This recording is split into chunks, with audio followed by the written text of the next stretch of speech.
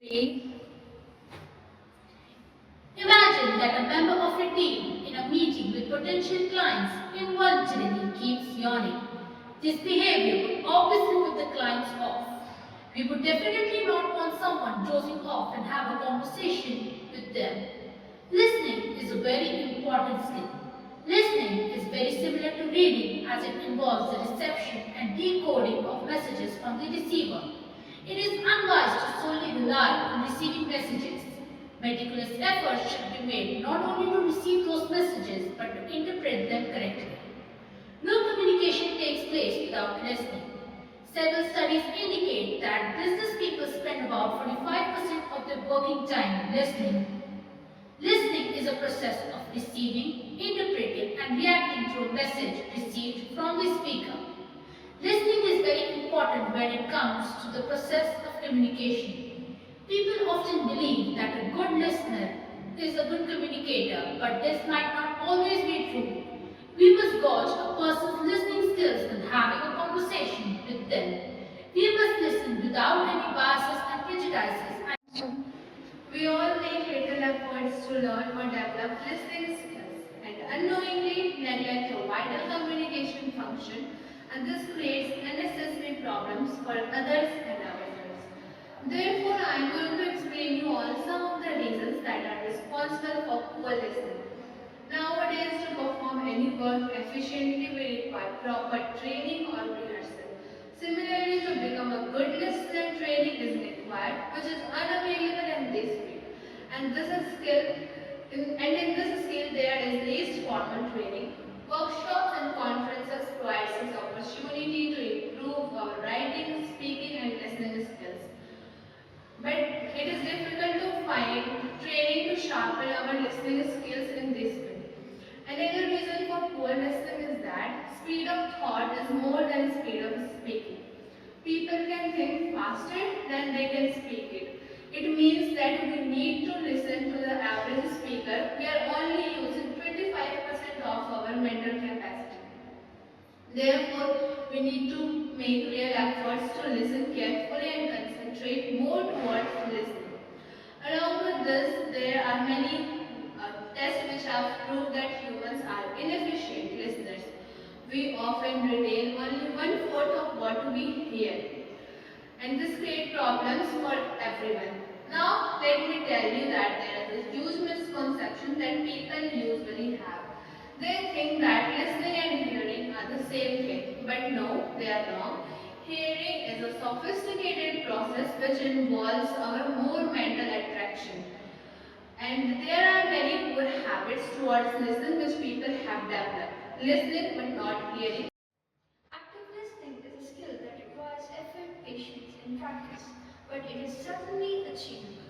At its core, active listening involves being fully present with the speaker, without evaluating, judging, or interrupting.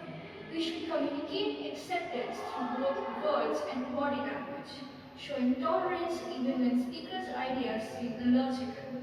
One key technique is paraphrasing, restating what the speaker has said to ensure accurate understanding. Another reflecting applications which involves acknowledging the ideas behind the words to encourage the speaker to expand further. We should also reflect hidden feelings, emphasizing with the speaker's emotion while being careful not to overexpose them or suggest what they should feel. Initiating further contributions through open-ended questions helps the speaker elaborate, while non-verbal cues like eye contact, nods, attentive posture convey interest and trust. Listening is not just about words. Body language and tone are equally important for understanding. Active listening also requires focus. We must ignore distraction, resist reacting defensively to criticism, and pay attention even to messages that do not directly benefit us.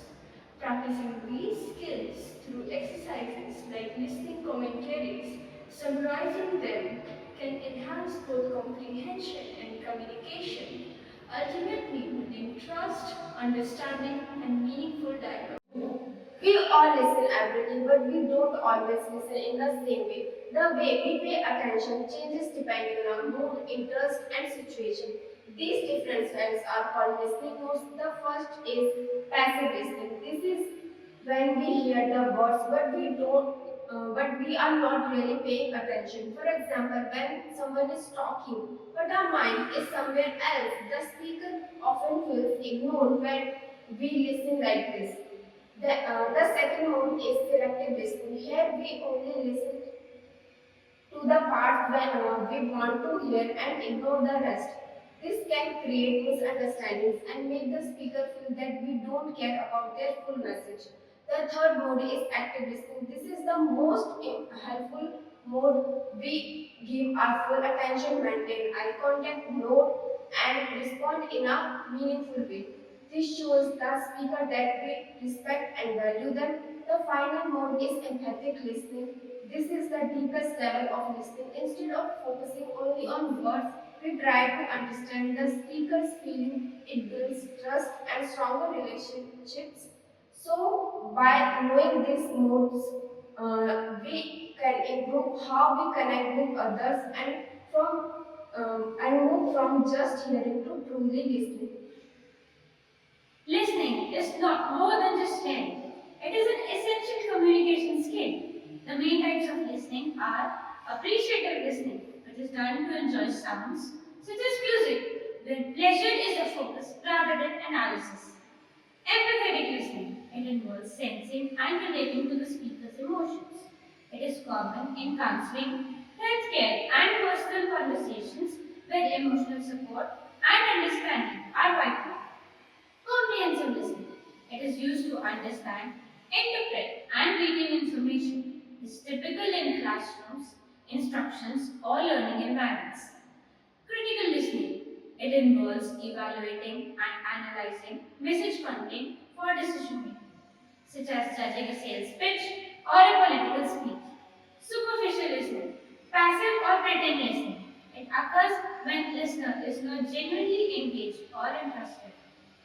Active listening requires specific skills like paying attention, reflecting, and providing feedback. Common barriers include knowing too much, it could lead to a closed mindset, or knowing too little, it could make you tuning out. Speaker related issues such as accent, clarity of speech, volume could also be issues. Attitudinal biases like liking, disliking towards the speaker could also create barriers.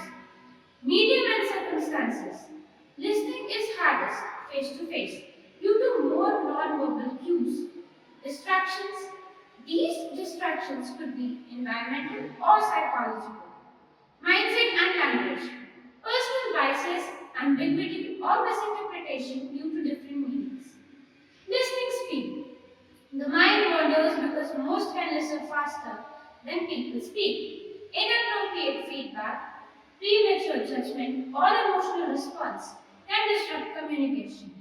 Cultural differences like accents, idioms, pronunciation can complicate understanding.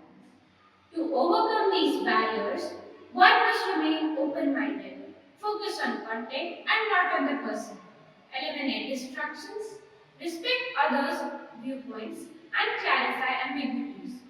One should use the spare processing time to organize the information and offer supportive, non-verbal, and verbal feedback. Listening well builds better relationships, learning, and leads to professional